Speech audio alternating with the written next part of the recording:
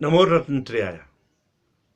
आज पनि वज्रयान सन्देश र वज्रयान बलाकुसारी कार्यक्रम लिएर म राजेन्द्र मान बज्राचार्य वज्रयान महासंघको प्रतिनिधित्व गरी तपाईहरु समक्ष आइपुगिसकेको छु। आजको वज्रयान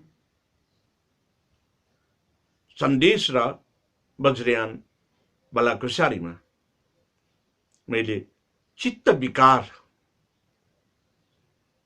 मनको स्थिति र भेदभाव विषयलाई सानेको छु। यो अहिलेको कोरोना भाइरसको संक्रमित अवस्थाको महामारी चलिरहेको अवस्थामा, यो फैलिरहेको अवस्थामा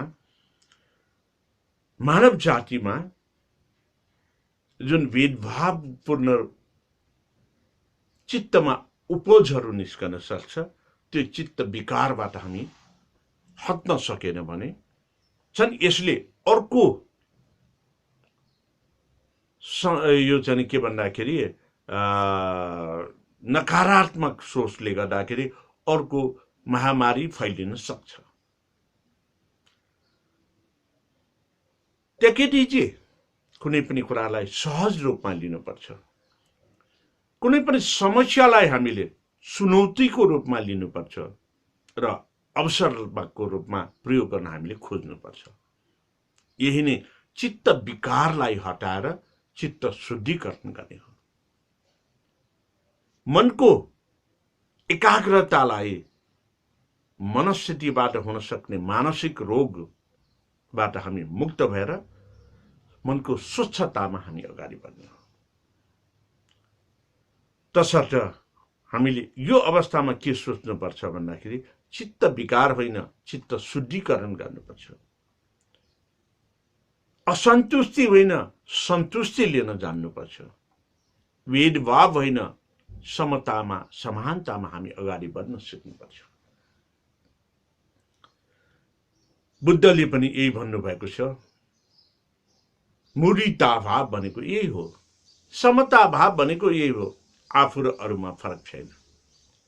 अब अहिले कोभिड-19 को संक्रमित व्यक्तिहरू कहिलेकाहीँ ती व्यक्तिलाई घृणाको पात्र बनाएको हामीले सामाजिक सञ्जालमा हेर्न पाइन्छ। यो दुःखद घटना हो। कहीँ कतै त्यो आफ्नै परिवार वा आफैलाई घटेको भए, अरूले यसरी भेदभाव गरेको भए तपाई के भन्नुहुन्छ?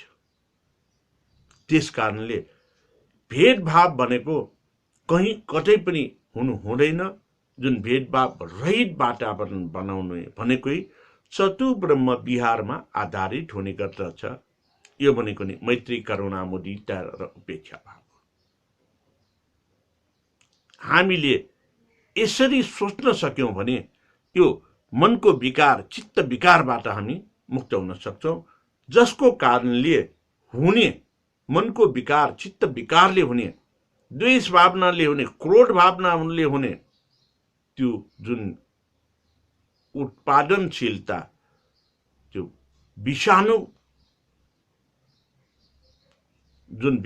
युक्त उत्पादनशीलता, विकारयुक्त चित्त विकारबाट हामी मुक्त हुनुपर्दछ। यो मुक्त हुनु भनेको चित्त शुद्धि नै हो। जब हामीले कुनै पनि कुराको वास्तविक ज्ञानमा बोध हुन थाल्दछ तब यो चित्त विकार हट्ने गर्दछ। मानव जाति हो, अलिअलि यो काम, क्रोध, लोभ, मोह, ईर्ष्या जागृत हुन सक्छ। तर चित्त शुद्धिकरण गरेर त्यसलाई हामीले हटाउन खोज्नुपर्छ र हटेरै हामी चित्तलाई शुद्ध गर्नुपर्छ। यति गरेमा त्यो चित्त विकारबाट हाम्रो मनमा हुने एकदम चाहिँ दुःखबाट तपाई मुक्त हुन सक्नुहुन्छ। चित्त विकारबाट आफू र अरूमा भेद, राम्रो र नराम्रो भनेर जुन चाहिँ तपाईले सोच्न चाहिँ खोज्नु भएको छ वा सोचिसकेको छ, त्यसलाई हटाउन सकेको खण्डमा मनमा शान्ति आउनेछ। यो मनमा शान्ति अझ चाहिँ म चाहिँ के भन्न चाहन्छु भन्दाखेरि जुन हामीमा छ त्यसले राम्रो प्रयोग गरौँ र अरूको निमित्त पनि राम्ररी प्रयोग गर्नको निमित्त सल्लाह दिउँ। जुन हामी आफूमा छैन, बाह्य छ अरूमा छ, त्यो चाहिँ राम्रो भनेर प्राप्त गर्न खोज्यो भने आफूमा हीनबोधता र अरूमा उच्चता, तपाईले गरेको यो भेदभाव आफैले आफैलाई त्यसले दुरुत्साहित गर्छ, निरुत्साहित गर्छ, जसको कारणले तपाईलाई मनमा पीडा हुन्छ। त्यो आफ्नो मनले इच्छा गरेको त्यो वस्तु तपाईले प्राप्त गर्न सकेन भने त्यसले तपाईलाई रोगी बनाउँछ। मनको बाघले खाओस् नखाओस्, मनको बाघले खायो भने त्यो जस्तो चाहिँ दुःख पाउने व्यक्ति अरू हुन सक्दैन। त्यसकारणले यी कुराहरूलाई विचार गर्दै तपाईले चित्त शुद्धिकरण गरेर चित्त विकारलाई हटाउन सक्नुपर्छ। जब जब यस्ता कुराहरू चाहिँ तपाईले चाहिँ सोच्नुहुन्छ तब तब तपाईलाई वास्तविकता बुझ्न कठिन हुँदैन। जब जब वास्तविकता भित्र तपाई छिर्नुहुन्छ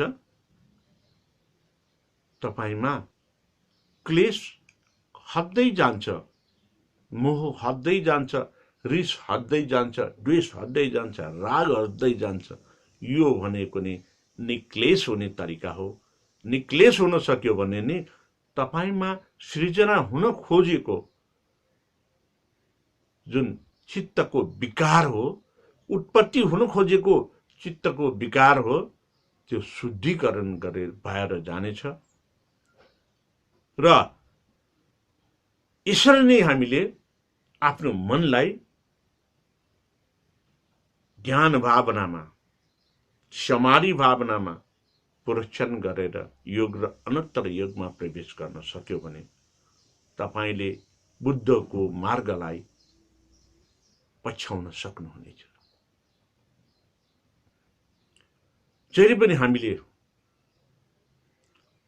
आफूमा रहेको भन्दा, आफ्नो भन्दा अरूको आफूमा नरहेको राम्रो भनेर भन्न थाल्यो भने त्यसले आफैलाई पीडा दिन्छ। राम्रो भनेको कारणले, आफ्नो चिज नराम्रो भनेको कारणले आफूमा मनमा चिन्ता थपिन्छ। यो नै त्यो व्यक्तिको सबैभन्दा सबैभन्दा ठुलो गल्ती हुनेछ, आफूले आफूलाई होच्याउनु। जस्तो आफ्नो कमजोरी अरू केही पनि हुँदैन। जब यो कमजोरीबाट तपाईं मुक्त हुन सक्नुभयो भने तपाईले तपाईका अगाडिका सबै कुराहरू समग्र रूपमा सफलता प्राप्त गर्न सक्नुहुनेछ। मान्छे हो, हामी दिनदिनै मरिरहेका छौँ। यसो भन्दाखेरि तपाईलाई त अचम्म लाग्ला। जब हामी सुत्छौँ निदाएपछि त्यो अचेत अवस्था भनेको पनि स्टेट अफ माइन्ड, हाम्रो दिमागको एक भाग, द्याट स्टेट त्यो मरे तुल्य नै हो।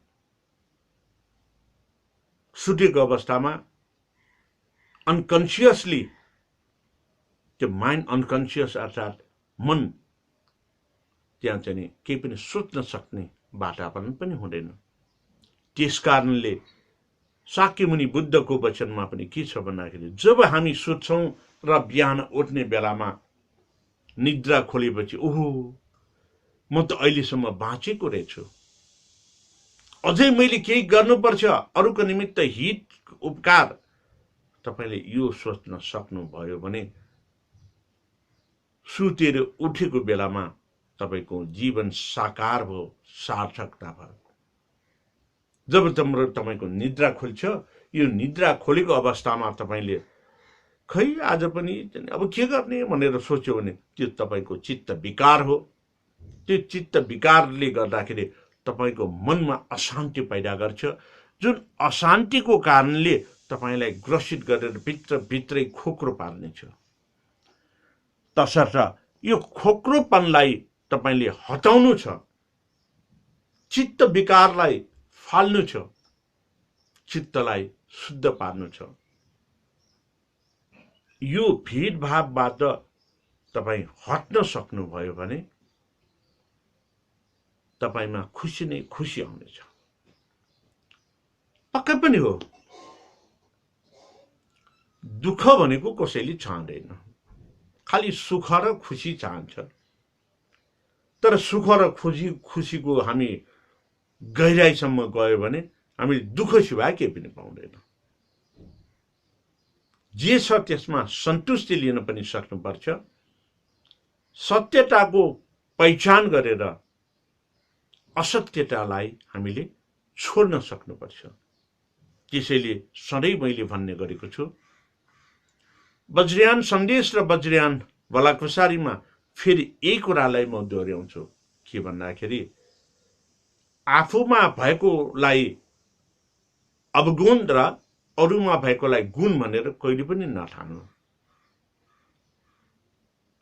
आफूमा भएको पनि गुण हो, अरूकोमा भएको पनि गुण हो। यो गुण आफूमा भएको अरूलाई बाँड्न सकौं, जसको कारणले अरूमा भएको गुण पनि तपाईमा दिनेछ।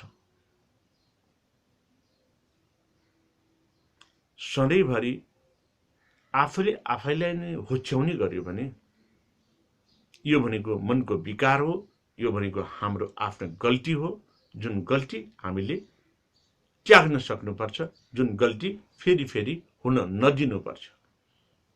त्यसकारणले वज्रयान बौद्ध परम्परामा समाधिमा बस्दाखेरि के मैले कार्य गरिरहेको छु, ती कार्यहरूबाट के कस्तो भइराखेको छ, त्यो गरेको कार्यबाट उपलब्धि भइराखेको छ कि उपलब्धि भएको छैन। यसरी नै हामीले समाधिस्थ भएर ज्ञानहरू प्राप्त गर्नुपर्ने हुन्छ।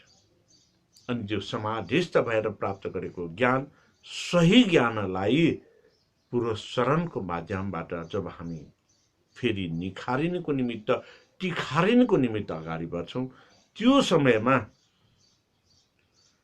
हाम्रो चित्त विकार हामीबाट आजसम्म गरेको जुन चाहिँ जानी जानी वा अनजानमा भएका गल्तीहरू गर्नै नहुने कमी कमजोरीलाई हामीले त्याग्न सक्नुपर्छ, फाल्न सक्नुपर्छ। पुनर्शन भनेको एक प्रकारले पुनर्मूल्याङ्कन हो। पुनर्मूल्याङ्कन गर्दाखेरि कमी कमजोरलाई फाल्ने र जुन नपुग भएको राम्रो पक्षलाई लिने हो। यो चित्त विकारलाई पनि हामीले यसरी नै शुद्धिकरण गर्दै गर्दै गर्दै वास्तविक सत्यता प्राप्त गरेर त्यो वास्तविक सत्यताभित्र हामी मार्गस्थ हुन थाल्यो भने हामीमा भएको चित्त विकारबाट हामी मुक्त हुन्छौं। अनि चित्त विकारले हाम्रो मानसिक रूपमा, शारीरिक रूपमा जुन पीडा हुन्छ, दुःख हुन्छ, त्यो पीडा र दुःखलाई वास्तविक मार्गमा हामी लागेपछि, सत्यताको मार्गमा लागेपछि सुख नै सुख हुने गर्दछ।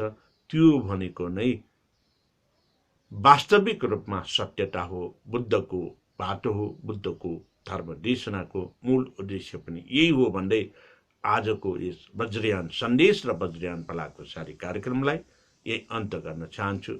भवतु सर्वमङ्गलम्।